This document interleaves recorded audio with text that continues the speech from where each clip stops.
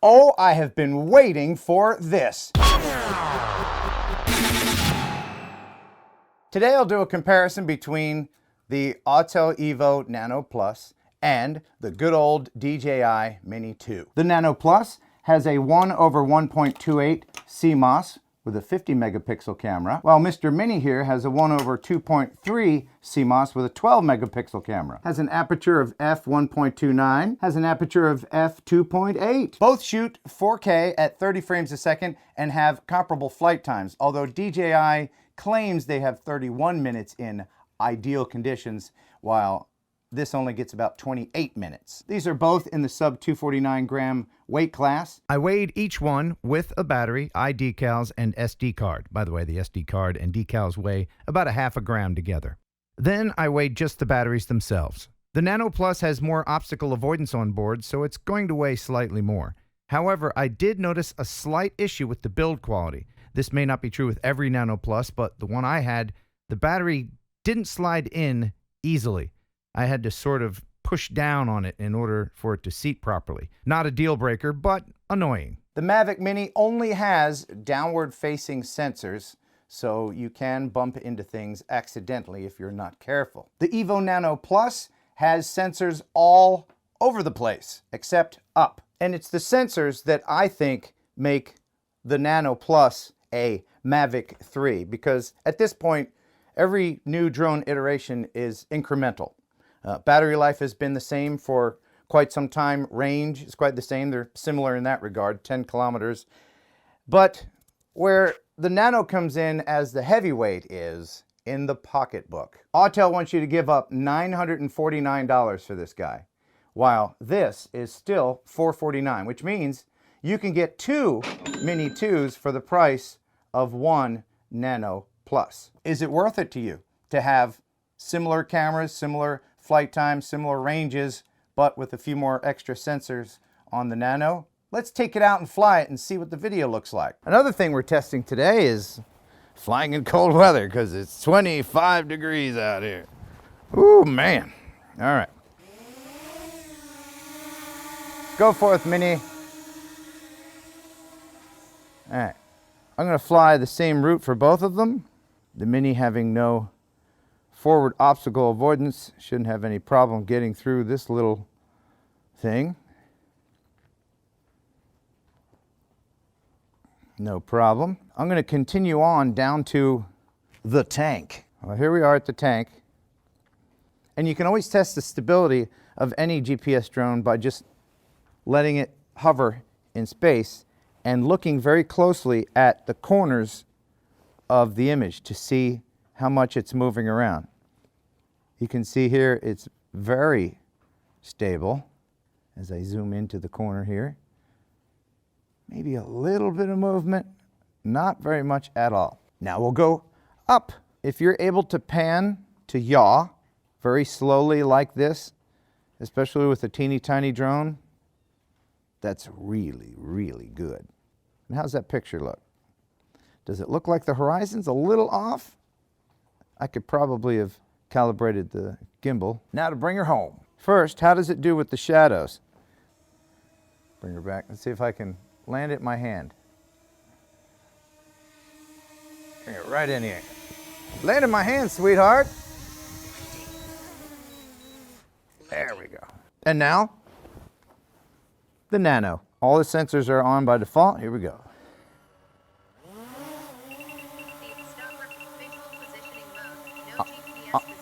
Okay. Wow.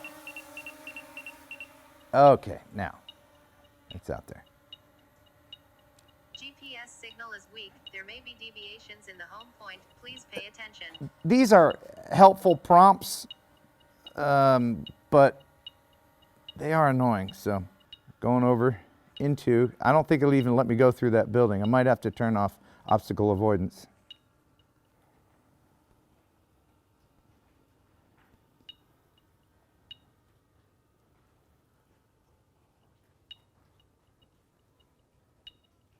Oh, it is letting me go in. Okay, I have stopped. Okay, it's doing one of those things where... Visual positioning mode, no GPS positioning. please fly with caution. Notice that the Mini 2 did not lose GPS when it went under that thing. All right, so let's go over to the tank. If I can get through the trees and everything the same way.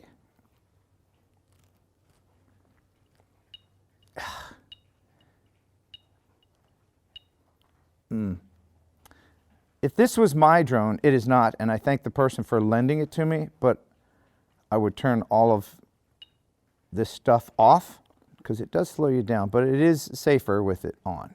So far the signal's good. So here we are at the tank. That is so annoying, that sound. I apologize, that is really annoying. So let's let it hover in space and see how stable it is, just like we did before. So, okay, let me zoom into a corner and see how we're doing. Oh man, that is impressive. I think it might even be a little bit better than the Mini. The horizon seems to be a little bit more straight. Of course, it did a self-check on the gimbal. And now I'll do a yaw to see if we can get it to go as nice and smooth as the Mini. Oh yeah. Impressive. Now I have this in standard mode. You can switch it to, if I can take my frozen hand out of my glove here and show you. You can switch it to sport mode and all that obstacle avoidance stuff will be off. You can have it in smooth mode, which is like tripod mode. I'm going to put it back into standard. All right. How's she doing with the shadows?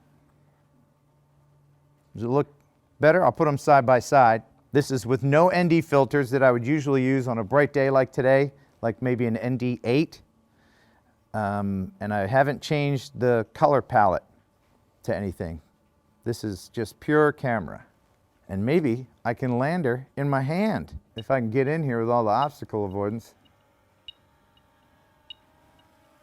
Come on. You can do it. All right. Hello. Back up a little bit there. Come on. Yeah. You guys both did a great job. Can we go back to the studio now? Yeah, I was just going to say, it's very cold. Let's get back in the warm. Oh yeah, the controllers. I actually like the Nano's controller from Autel a little bit better. It's a bit more ergonomic, and it just feels better in the hand. It feels sturdier. Just for grins, I weighed these guys too. Neither one of these controllers has neck strap support, so it could be a consideration which one is lighter when you're going to be carrying it around in just your hands over time. So in the end, I really, really like the Nano Plus a lot. It's got great flight characteristics.